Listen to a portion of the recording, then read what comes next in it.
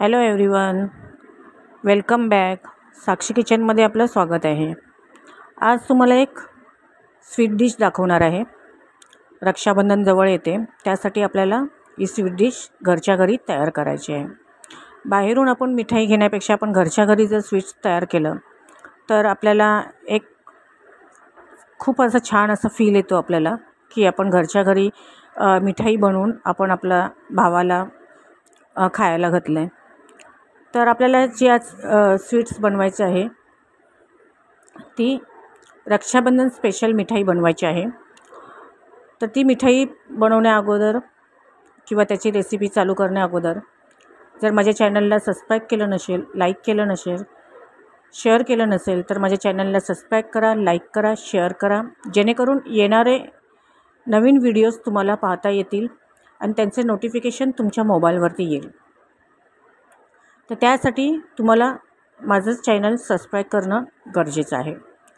माझे सर्वच व्हिडिओज हे साध्या सोप्या पद्धतीने असतात आणि खूप इझिली पद्धतीने मी तुम्हाला सर्व व्हिडिओज दाखवते की जो कोणी इझिली ही रेसिपी करू शकेल.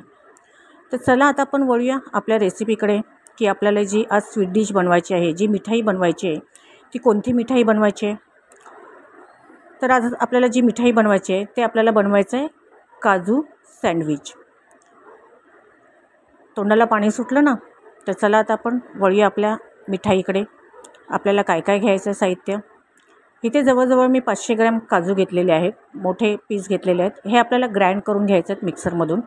चांगली फाईन पावडर करून घ्यायची आहे. पावडर करून म्हणजे झालेली आहे. त्यासाठी आपल्याला साखरेचा पाक करायचा आहे.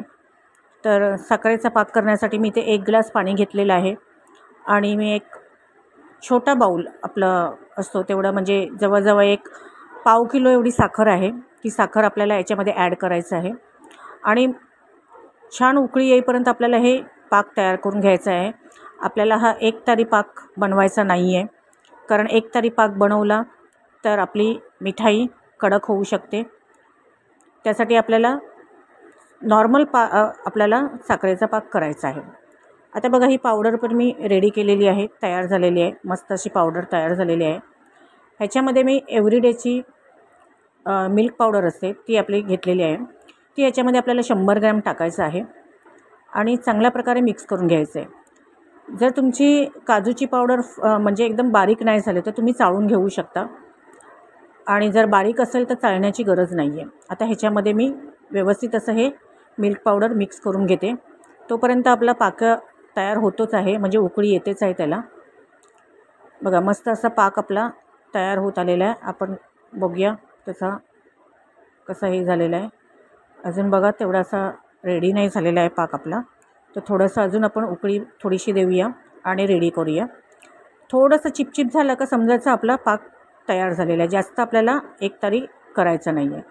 थोडीशी याच्यामध्ये स्वादसाठी म्हणजे टेस्टसाठी आपण वेलची पावडर टाकूया. खूप छान अशी टेस्ट येईल त्याच्यामुळे आपल्या मिठाईला. आणि मस्त असं हे करून घेऊया आपण. मस्त असा पाक आपला रेडी झालेला आहे. आता आपण हा जो पावडर केलेली आहे काजूची, ती काजूची पावडर आपण ह्याच्यामध्ये मिक्स करूया आणि व्यवस्थित असं मिक्स करून आपल्याला कंटिन्युअसली आपण ते ढवळत राहायचं आहे.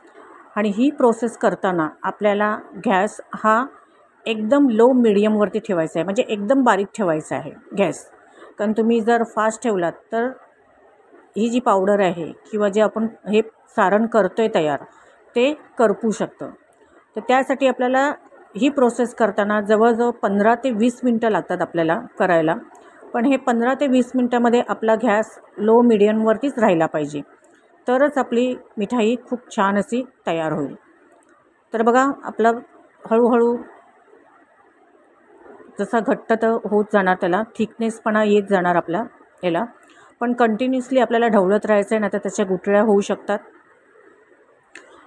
नॉर्मली एक 15 ते 20 मिनटं लागतात. एकदम घट्ट पण करायचं नाही. बघा, उकळी यायला लागले, कारण थंड झाल्यावरती ऑलमोस्ट थोडंसं मग घट्ट होतो. त्यामुळे एकदम पण घट्ट आपल्याला करायचं नाही आहे. ज्याप्रमाणे मी तुम्हाला दाखवते व्हिडिओमध्ये त्याप्रमाणेच आपल्याला हे मिश्रण तयार करायचं आहे. बघा, मस्त असं तयार झालं आहे. आता आपण ह्याच्यामध्ये एक चमचाभर तूप टाकायचं आहे, कारण तूप जास्त नाही टाकायचं आहे, कारण जास्त प्रमाणात टाकलं तर मग मिठाई आपली होणार नाही. कारण ऑलमोस्ट आपलं काजूला पण तेल सुटतं, म्हणून आपल्याला जास्त त्याच्यामध्ये तूप टाकायचं नाही आहे. अशा प्रकारे मिक्स करून झालेलं आहे, चांगले उकळी पण आले आणि थिकनेस पण आपण खूप झालेलं आहे. आता आपण हे थोडं थंड करायला ठेवूया. बघा मस्त असं थिकनेसपणा पण आलेलं आहे. बघा हे थंड केल्यावरती आपला मस्त असा गोळा तयार त्याचा होणार आहे. तर आता आपण ठेवून देऊया बाजूला थंड करायला. आता आपण थोडेसे ड्रायफ्रूट्स आपल्याला थोडेसे फ्राय करून घ्यायचे आहेत तुपामध्ये. तर त्यासाठी मी 1 चमचा तूप घेते आणि ऑलमोस्ट मी ड्रायफ्रूट्स घेतले आहेत. काजू, बदाम, पिस्ता आणि अक्रोड हे 4 ड्रायफ्रूट्स मी याच्यामध्ये घेतले. ते आपल्याला थोडेसे रोस्ट करून घ्यायचे आहेत. म्हणजे कसा जो खाताना त्याच्यामध्ये जो क्रंचीपणा येतो ना तो खूप छान असा लागतो. तर त्यासाठी आपण हे फ्राय करून घेतलेलं आहे. जास्त करपवायचे नाही आहेत, थोडंसं लाईटली आपल्याला करून घ्यायचं आहे. आता मी हे थोडेसे त्याचं क्रश करून घेते, म्हणजे आपल्याला क्रशसारखं हवं आहे, तुकडे नको आहेत मोठे मोठे. त्यामुळे मी हे खलबत्त्याचा जो हे आहे दांडा त्याच्याने क्रश करून घेते. बघा अशा प्रकारे क्रश करून घेतलेलं आहे. अशा प्रकारे आपल्याला क्रश करून हे सगळं ड्रायफ्रूट्स आपल्याला हवं आहे. आता आपण हे ड्रायफ्रूट्स थोडासा बाजूला ठेवूया आणि आपलं पुढच्या प्रोसेसला वळूया. आता हे ऑलमोस्ट आपलं थंड झालेलं आहे. बघा मस्त असा गोळा पण तयार होतो आहे, सॉफ्ट असा. करून पाहायचा आपण हा गोळा तयार होतो आहे की नाही, म्हणजे ह्याचा अर्थ आपलं मस्त असं काजूचं हे तयार झालेलं आहे. बटर पेपर घ्यायचा किंवा प्लास्टिकचा पेपर तुमच्याकडे असेल चांगल्यातला तर तो तुम्ही वापरू शकता. ऑलमोस्ट बटर पेपर घेतला तर बरं आहे. आणि असं दाबून दाबून चांगलं गोळा करून घ्यायचा आहे आपल्याला. आणि मस्त असा गोळा तयार झाला का आपली पुढची प्रोसेस तयार करायचं आहे. तर अशा प्रकारे जोपर्यंत गोळा चांगला होत नाही तोपर्यंत हे आपल्याला स्टेप करतच राहायची आहे. बटर पेपर हा चांगल्या प्रकारला चांगल्या क्वालिटीचा घ्या, जेणेकरून व्यवस्थित असा आपला गोळा तयार होतो. बघा मस्त असा गोळा आपला तयार झाला आहे, सॉफ्ट असा. आता ह्याचे मी छोटे छोटे गोळे करणार आहे. एक मोठासा गोळा घेतला आणि आपण आता ह्याच्यामध्ये मिक्स करूया ड्रायफ्रूट जे आपण क्रश करून ठेवले आहेत ते. कारण आपल्याला स्टफिंग करायचं आहे आतमध्ये, कारण आपल्याला काजू सँडविच बनवायचं आहे. तर त्यासाठी आपल्याला हे आतलं स्टफिंग करायचं आहे. तर त्यासाठी आपण थोडासा काजूचा गोळा बाजूला काढून घेतला आहे. याच्यात मी केशर भिजवून ठेवलं होतं, ते केशरचं पाणी आहे ते आपल्याला ह्याच्यामध्ये ॲड करायचं आहे. केशर ह्यासाठी टाकलं आहे रंग येण्यासाठी, नॅचरल कलर येण्यासाठी. आणि चांगलं मस्त असं दाबून मळून घ्यायचं आहे. बघा अशा प्रकारे आपला गोळा तयार होतो. जो आतला स्टफिंग आपल्याला करायचा आहे तो सॉफ्ट असा गोळा आपला तयार झालेला आहे.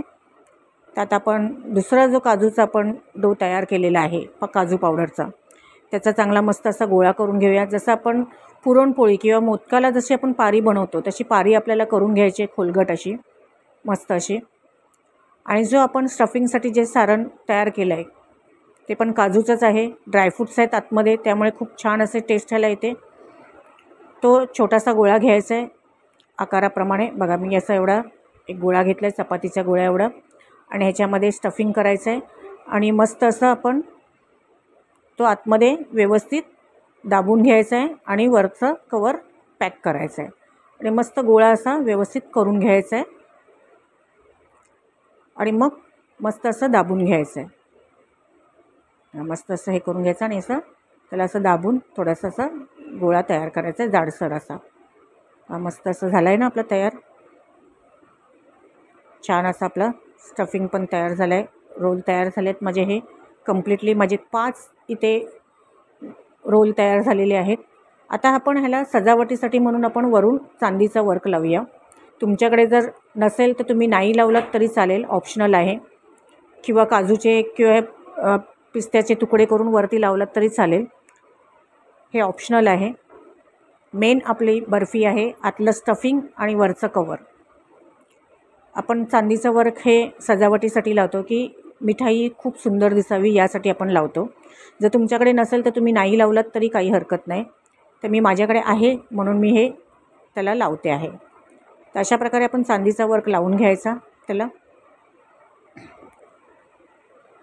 आणि मस्त अशी आपली बर्फी लागते आणि टेस्टलाही खूप छान लागते. ह्याच्यामध्ये कुठलंही मिलावट नाही आहे, कुठलेही प्रिझर्वेटिव्ह कलर नाही आहे, नॅचरल कलर आपण टाकलेला आहे केशरचा.